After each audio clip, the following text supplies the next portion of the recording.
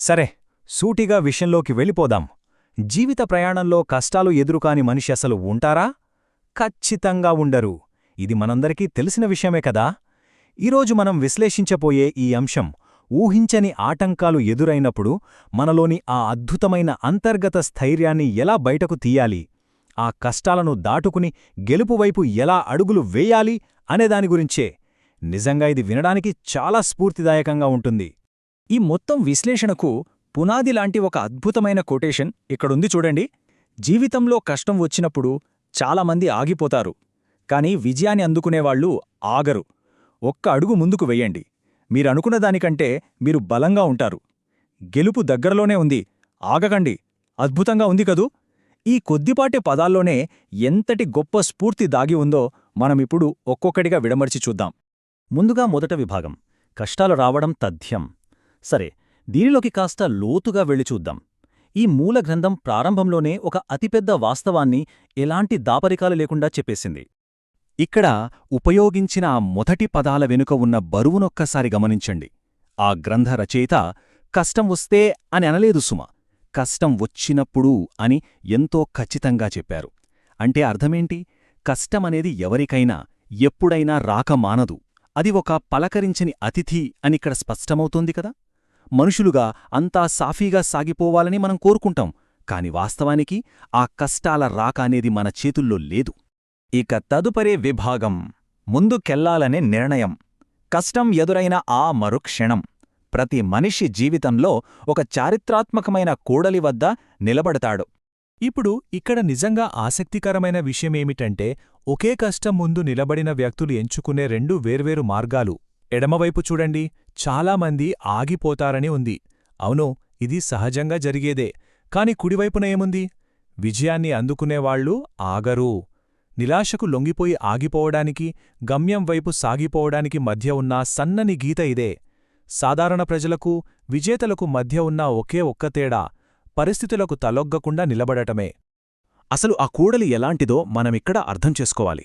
ఒక్కసారిగా కష్టం మీద పడగానే అకస్మాత్తుగా మనసు మొద్దుబారిపోతుంది. ఇంక నావల్ల కాదు, ఇక్కడే ఆగిపోవాలి అనే ఒక బలమైన ప్రలోభం నలువైపుల నుండి కట్టిపడేస్తుంది. అందుకేనేమో ఎక్కువ మంది అక్కడే ఆగిపోతారు.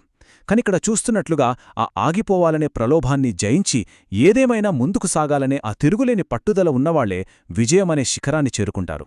ఇక మూడవ విభాగం, ఆపలేని ఆ ఒక్క అడుగు. కష్టమొచ్చినప్పుడు ఆగిపోకూడదు, సరే. మరి నెక్స్ట్ ఏంటి? ఇక్కడే ఈ గ్రంథం ఒక అద్భుతమైన, ఆచరణాత్మకమైన పరిష్కారాన్ని మన ముందుంచుతోంది. ఒక్కసారి ఈ పెద్ద అక్షరాలను గమనించండి. ఒక్క అడుగు ముందుకు వేయండి. ఎంత బలంగా ఉందో కదా. ఇక్కడ ఎవరూ కూడా ఒకేసారి కొండని ఎత్తమని చెప్పట్లేదు, లేదా సాధ్యం కాని పెద్ద అడుగులు వెయ్యమని అడగట్లేదు. భయంతో స్తంభించిపోయిన మన శరీరానికి, మనస్సుకు మళ్లీ చలనం తీసుకురావడానికి కావాల్సింది కేవలం ఆ ఒక్క అడుగు. ఆ చిన్న అడుగే మన పయనంలో ఉన్న స్తబ్దతను బద్దలు కొడుతుంది. ఇది నిజంగా ఎలా జరుగుతుందో ఇక్కడ చూద్దాం. మొదటి దశలో ఆ ఆగిపోవాలనే భయాన్ని ముఖాముఖిగా ఎదుర్కోవడం జరుగుతుంది. రెండవ దశలో మనస్సులో ఎక్కడో మూలన ఉన్న సంకల్పాన్ని గట్టిగా కూడగట్టుకుంటాం. ఆ తర్వాత మూడవ దశలో అవును కరెక్ట్, ఆ ఒక్క అడుగు ముందుకు వెయ్యడం. ఈ చిన్న 3 దశల ప్రక్రియే కష్టాల వల్ల ఏర్పడిన ఆ మానసిక పక్షవాతాన్ని పూర్తిగా మాయం చేస్తుంది. మనమిప్పుడు 4వ విభాగానికొచ్చేశాం. అదే దాగి ఉన్న అంతర్గత శక్తిని కనుగొనడం.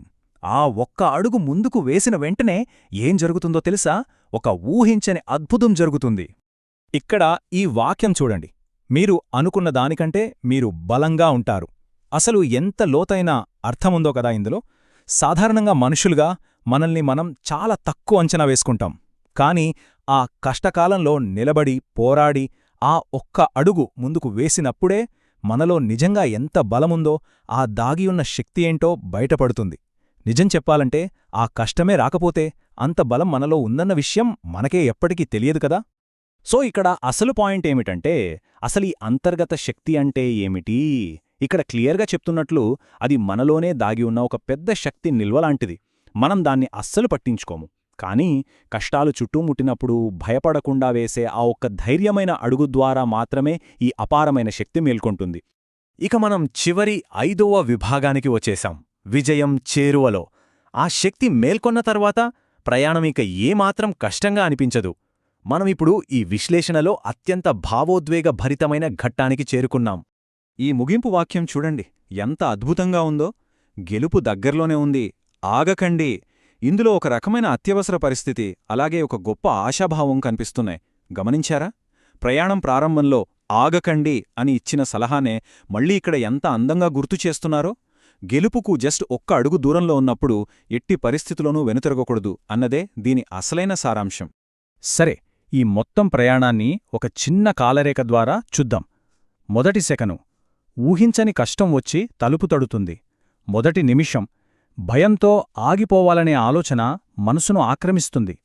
కాని మొదటి గంటలోపు ఆ భయాన్ని పక్కనపెట్టి గట్టిగా ఒక్కడుగు ముందుకు వేయడం జరుగుతుంది. మొదటి రోజు పూర్తయ్యేసరికి ఆ అంతర్గత శక్తి పూర్తిగా మేల్కొంటుంది. ఇక చివరికి మొదటి సంవత్సరం గడిచేసరికి ఆ అసాధ్యమనుకున్న విజయం సాధ్యమై కళ్లముందు నిలుస్తుంది. చూశారా? ఈ చిన్న వాక్యం ఒక మనిషి సాధించే అపూర్వమైన మార్పును ఎంత కళ్ళొక్కట్టినట్లు చూపిస్తోందో.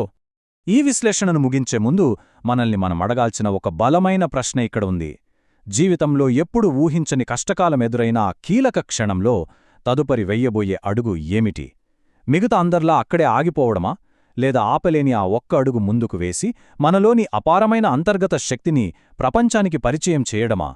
ఇది నిజంగా లోతుగా ఆలోచించాల్సిన విషయం. ఎందుకంటే కష్టమనేది ఒక ముగింపు కాదు, అది ఒక మనిషి సాధించే అసలైన విజయ ప్రయాణానికి ఆరంభం మాత్రమే.